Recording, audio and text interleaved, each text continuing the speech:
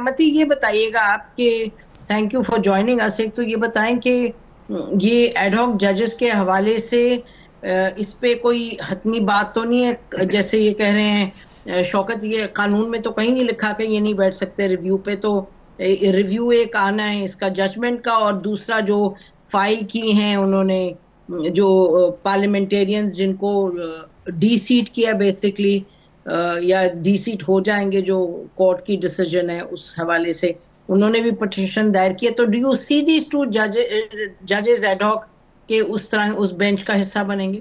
نہیں نسیم، supreme court rules کے مطابق ریویو کے اندر صرف وہی ججز ریویو سن سکتے ہیں جنہوں نے اصلی فیصلہ دیا ہوتا ہے. اس میں نئے ججز کا اضافہ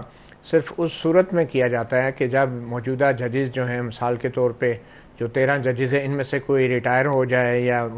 اگر ریٹائر بھی ہو جائے تو یہ ریویو میں اگر اسی تعداد کو مینٹین کرنا ہے تو پھر کوئی دوسرا جج آ سکتا ہے. ادروائز جو اویلیبل ججز ہیں وہی ججز جو ہیں وہ پھر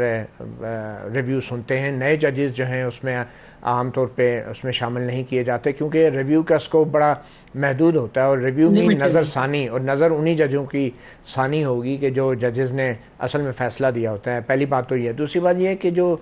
دو ابھی ایڈ ہاک ججز لگے ہیں، ان میں سے ایک جسٹس مظہر عالم میاں خیل کی طرف سے ابھی تک کوئی باقاعدہ اعلان نہیں ہوا، کیونکہ کل جب جوڈیشل کونسل کا اجلاس شروع ہوا اسی وقت تقریباً جسٹس مظہر عالم میاں خیل کی طرف سے صحافیوں کو باقاعدہ پیغام ملا کہ وہ جو ہیں انٹرسٹڈ نہیں ہیں. اور اس کے باوجود بھی جو ایڈوکیٹ اختر حسین ہیں بار کونسل کی طرف سے نامزد رکن ہیں جوڈیشل کمیشن کے، ان کی طرف سے کل ہمیں بتایا گیا تھا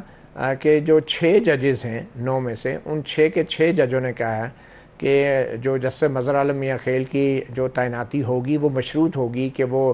خود ان کی مرضی ہے یا نہیں. باقی 2 ججوں نے کہا ہے کہ نہیں، اب وہ مرضی دے چکے تھے اس لیے پیچھے نہیں ہٹ سکتے. اور ایک جج جسٹس منیب وہ ویسے ہی ایک آئینی نقطے کے اوپر وہ اپنا اختلاف کر رہے تھے. تو 6 ججوں نے مشروط کر دیا ہے کہ اگر جسٹس مظہر عالم میاں خیل مانیں گے تو تب وہ ایڈ ہاک جج کے طور پہ تعینات کیے جائیں گے. اور ابھی ہمیں باقاعدہ میرے خیال میں حسنات شاید بتا سکتے ہیں، کوئی لیٹسٹ تو ایسی ڈیولپمنٹ نہیں ہوئی، ابھی آفیشیلی مان گئے. تو یہ خبر ہے، ذرائع ہمیں بتا رہے ہیں کہ وہ مان گئے. ذرائع سے ابھی تک یہ خبر ہے. پہلے جو ہے نا براہ راست پتہ چلی تھی کہ وہ نہیں مانے، پھر ذرائع سے اب پتہ چل رہا ہے کہ وہ مان گئے. اب پتہ نہیں براہ راست، اللہ خیر کرے کوئی نئی خبر نہ آ جائے. لیکن ایک ایسا جج کہ جو پہلے اقرار کرتا ہے پھر انکار کرتا ہے اور پھر اب سننے میں آ رہا ہے اقرار کرتا ہے، اور وہ بھی دباؤ کی صورتحال میں اس سے یہ فیصلہ نہیں ہو رہا کہ اس نے ایڈ ہاک جج بننا ہے یا نہیں، تو باقی فیصلے وہ کیا کرے گا؟ میرے خیال میں ایسے لوگوں کو تو ویسے ہی جج نہیں لگانا چاہیے. شوکت آپ بتائیے گا کہ یہ جو ایڈ ہاک ججز کا معاملہ تھا یہ تو اب بالکل ختم ہو گیا، کیونکہ جیسے یہ کہہ رہے ہیں کہ جی ڈیسیجن ہو گیا، 2 ججز نے اوتھ بھی لے لیں گے جلدی. تو یہ ججز جو ہیں آپ کی جو حکومتی سرکلز میں آپ سن رہے ہیں بات، تو حکومتی سرکل کیا زیادہ تو obviously جوڈیشری سے اس کا تعلق ہے، حکومت سے تو نہیں ہے، لیکن کیا حکومت کی کچھ توقع ہے کہ یہ ریویو کی جو ہے بینچ اس میں یہ شامل ہوں گے؟ شکریہ. پہلی بات تو یہ ہے کہ 4 ججز کی پرپوزل آئی تھی، ابھی تو 2 آئے ہیں، تو کیا باقی 2 کچھ اور آئیں گے؟ میرے لیے یہ ایک سوال ہے، کیونکہ اب میں اس چیز کو لنک کر رہا ہوں آپ کے اگلے جو پریویزو ہے کہ گورنمنٹ کو توقع تھی، اگر تو جو باتیں چلتی رہیں، تاثر چلتا رہا کہ جی 8-5 کی ڈویژن تھی، 4 یہ آ جائیں تو 8-9 ہو جائیں گے، تو اس سے ریویو یا دیگر کیسز کا ہوگا، تو وہ تو ابھی پورا نہیں ہوا، ابھی تو صرف 2 آ گئے. اور 2 کے حوالے سے بھی اتنے سارے سوالات آپ بھی سن رہی ہیں، میں بھی سن رہا ہوں کہ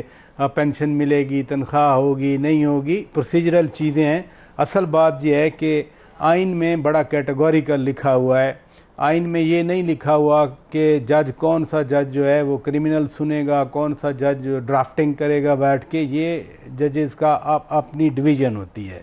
جب جج بن گیا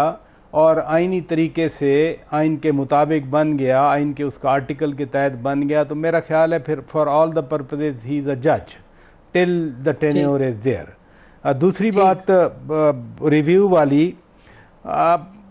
معلوم نہیں نیتوں کا حال تو اللہ بہتر جانتا ہے، لیکن جس کانٹیکسٹ میں ہم رہتے ہیں، جو پولیٹیکل کانٹیکسٹ ہوتا ہے، چیزیں تو اسی میں ہی فٹ ان کرنے کی کوشش کی جاتی ہے. ٹو می اگر میں کہوں کہ نہیں کوئی ایسی نیت نہیں تھی تو دس ول بی نائف، کیونکہ ہم اگین اس ماحول میں رہ رہے ہیں، اور وہ ماحول میں پولیٹیکل ماحول کی بات کر رہا ہوں کہ قاضی فائد عیسیٰ صاحب کے خلاف جو کچھ ہوا وہ بھی اس سیاسی ماحول میں ہم بھی رہے، آپ بھی رہے، پھر جسٹس قاضی فائد عیسیٰ صاحب واپس آئے، پھر چیف جسٹس بن گئے، جو کچھ ابھی بھی وہ مائنورٹی ہیں یا میجورٹی ہیں، لیکن کم از کم انہوں نے کسی حد تک وہ جو پارلیمان کی ایک سپریمیسی ہے اس کو انہوں نے اسٹیبلش کرنے کی کوشش کی ہے کہ پارلیمان سپریم ہے اور باقی ادارے جو ہیں وہ پارلیمان ہی کی پروڈکٹ ہیں، نہ کہ پارلیمان باقی اداروں کی پروڈکٹ ہے۔